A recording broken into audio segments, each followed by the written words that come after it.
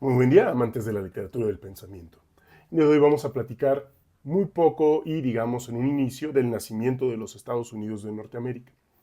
Una de las cosas interesantísimas es que como nación, esta poderosísima nación, surge a partir de que, pues, tienen una guerra o una batalla entre el Reino Unido, las colonias de Norteamérica y Francia, ¿no? Entonces se están peleando todavía en Norteamérica, están los franceses todavía ahí, están los españoles, están las colonias de Norteamérica y están los británicos peleando para tener hegemonía en el territorio.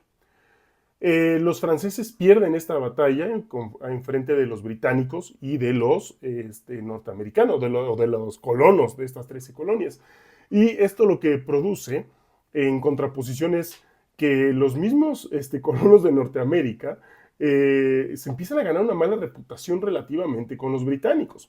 Esto por una sencillísima razón. Les empiezan a vender armamentos o bienes o víveres a sus mismos enemigos, a los mismos franceses y los británicos así de, oye, yo estoy poniendo la mayoría de soldados, tú solo estás poniendo uno que otro. Y todavía vas y le vendes al enemigo todo por la ganancia. Y ellos, no, pues fue sin querer queriendo. No, o sea, tampoco, al fin y al cabo ganamos.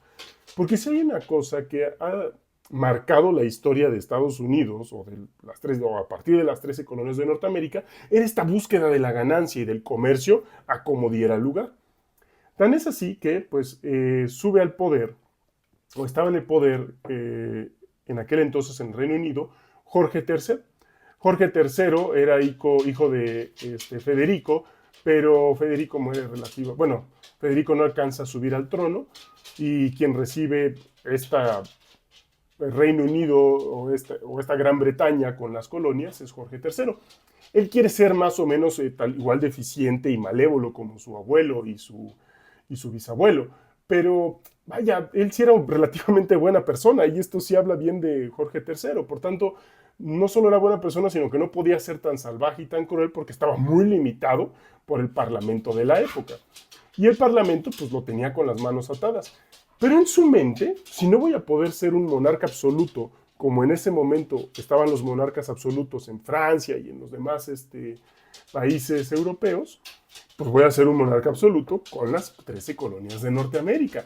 Y esto, a Nanita, bad news, no le gusta a los colonos norteamericanos. Déjenme tomar un poquito de tecito.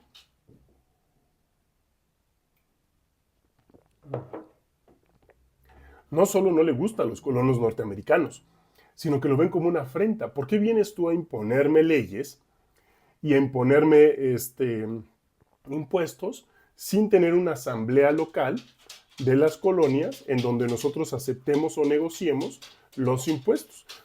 De hecho, lo interesantísimo es que estos colonos no se estaban oponiendo a los impuestos, no estaban en contra de ellos.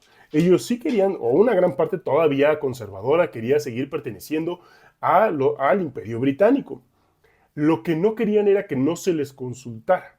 Y entonces al momento de que el rey Jorge dijo, oye, no se trata, no es pregunta, ustedes son colonia, ustedes son pues básicamente una extensión y aquí no es pregunta, y es más, hasta nosotros les vamos a imponer los gobernadores, etcétera. Y empezaron con una serie de medidas que empezaron a gestionar un coraje y un resentimiento muy fuerte en todos los colonos. Uno de ellos fue una ley que se llamaba una ley como del asentamiento, o era una ley en donde el ejército británico, como no había muchos cuarteles, se les bajó esta ley del acuartelamiento, se le permitía, por ejemplo, quedarse a vivir en la casa de los colonos norteamericanos. Y obviamente, si tú quieres tener una población controlada, ¿en dónde vas a dejar que vivan ciertos militares? En la casa de aquellos revoltosos que andan con sus ideas de no quiero pagar impuestos, ay, no, pues ahí te mando un soldadito, ¿no? Y esto empezó a gestionar mucho coraje con los colonos. Luego, pues obviamente, empezaron con una ley, la ley de la estampilla o The Stamp Law, que lo que buscaba era que todo acto que hiciera cualquier colono británico estuviera supeditado a un pago de impuestos. Quieres un acta, impuesto. Quieres comerciar tu documento oficial, impuesto. Generar una empresa, impuesto. todo acto que tuviera que llevar o pasar por el gobierno o tener un acto oficial o un documento oficial, tenía la ley de la estampilla e iba a ser cobrado, ¿no? Además de cobrar impuestos en otros bienes y demás. ¿Qué es lo que esto propició?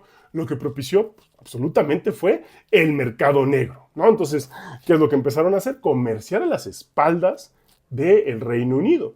Y esto es algo que a lo mejor Estados Unidos o al gobierno actual de Estados Unidos le convendría muy bien retomar y tener en consideración. Los impuestos generan un resentimiento fuerte, sobre todo en los pobladores de los estados. ¿Y qué es lo que puede pasar si hay impuestos muy altos? Buscar el mercado negro.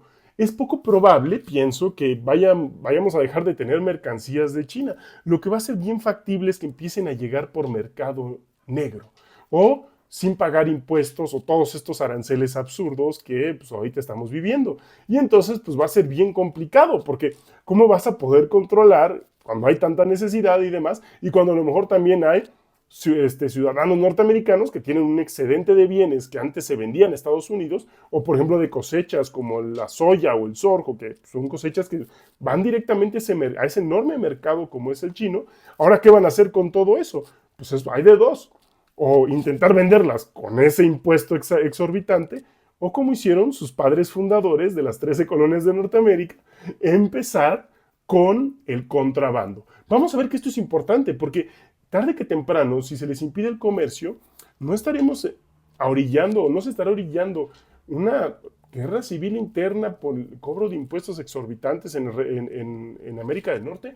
Es una duda, al menos que a mí me parece seria.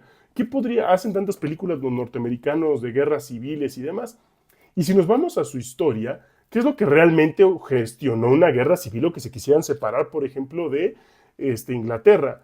Pues la imposición de impuestos muy altos que ellos tenían que pagar, denominados aranceles, bajo el gobierno, y además que tuvieran que realizar mercado negro para tener que vender sus mercancías. Desde sus orígenes eso está. Y entonces tenemos personajes como Otis o Harvey, también por ahí andaba Jefferson, que eran unos revoltosos. Que, por ejemplo, Otis era un abogado, pero que nunca hizo nada relevante en su vida. Pero lo que sabía era hacer revueltas, sabía hacer enojar a la gente y dar discursos. Todo lo demás en su vida no le sirvió, pero esto sí. Y entonces, ¿qué es lo que hizo Otis? Pues bueno, empezó a lebrestar a la gente. También ¿cómo se llama? Samuel Johnson, algo así, se me va el nombre. Samuel Adams. También era de esos que le gustaba estar exorbitando a la gente para hacerla enojar y estar de revoltosos. Y entonces, ¿qué hicieron? Empezaron a amenazar a la gente que sí quería pagar los impuestos. Si alguien estaba a favor de las estampillas, le quemaban la casa, por ejemplo. Imagínense esa salvajada. Y entonces empezaron a generar ese resentimiento. Eso llegó hasta tal punto que empezaron también a molestar a los soldados británicos, que honestamente esos aguantaron firmemente, evitando disparar, etcétera. Les aventaban tierra, les aventaban agua, hasta que les empezaron a aventar piedra y palos y demás, que a uno de ellos se les soltó un disparo, hubo defunciones, y entonces manejaron la historia como que los soldados británicos consideran a los de las colonias como inferiores, hicieron una masacre y demás, etcétera.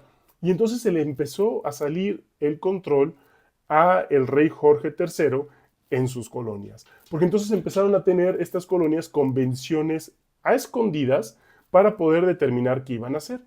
Entonces, ¿qué es lo que sucedía? El rey Jorge entonces empezó a mandar embarcaciones para evitar que ese mercado negro se siguiera llevando a cabo y que no se pagaran los impuestos. Y tenía un barco que era excelente para poder realizar eso, hasta que los colonos dijeron, tú no me vas a estar evitando comerciar. Agarraron a los del barco, le prendieron fuego, los golpearon un tantito, no los desvivieron, pero sí los golpearon tantito. Y entonces después, ¿qué es lo que sucedió? Esto lo tomó como una afrenta personal ya Jorge III. Dijo hasta aquí. Digamos, en honorabilidad y en crédito de los ingleses y del rey, sí hicieron todo lo posible por mantener las cosas, pero se les salió de las manos cuando sobreexageraron la respuesta por esta embarcación, que cuidaba que no hubiera mercado negro y que las mercancías pagaran impuestos. Porque entonces empezó a mandar más ejército regular, empezó a bloquear todo el comercio, por ejemplo, de Massachusetts, y al bloquear todo el comercio de Massachusetts, entonces Massachusetts pasó a ser el símbolo de la resistencia. Ah, es que están atacando a Massachusetts, no, pobres, y no sé qué, y demás, no. Y entonces, ¿qué sucede? Se vuelven a juntar escondidas, y primero había una propuesta de saltarse al Parlamento británico y negociar con el rey. Oye, no, mira, a ver, sí queremos pagar impuestos, pero no así, y se nos tiene que consultar, queremos seguir formando parte del Reino Unido y demás. Pero después llegó otro que se llamaba Sajes, que empezó a mandar que, pues no, nada de esto, y a votación, nada de esta primer propuesta, eliminamos los impuestos, los corremos y hacemos una bagatela, y si quieren, ¿no? Ganó esta segunda propuesta, y ahí estaba Jefferson, ahí estaba Otis, ahí estaba Samuel Adams, estaban todos estos salvajes votando, y se ganó por votación. Estos primeros congresos, por eso, van a ser aquello que después el gobierno norteamericano va a empezar a tomar como modelo para tomar sus decisiones. Y ahí en esos congresos era que cada estado tenía un voto.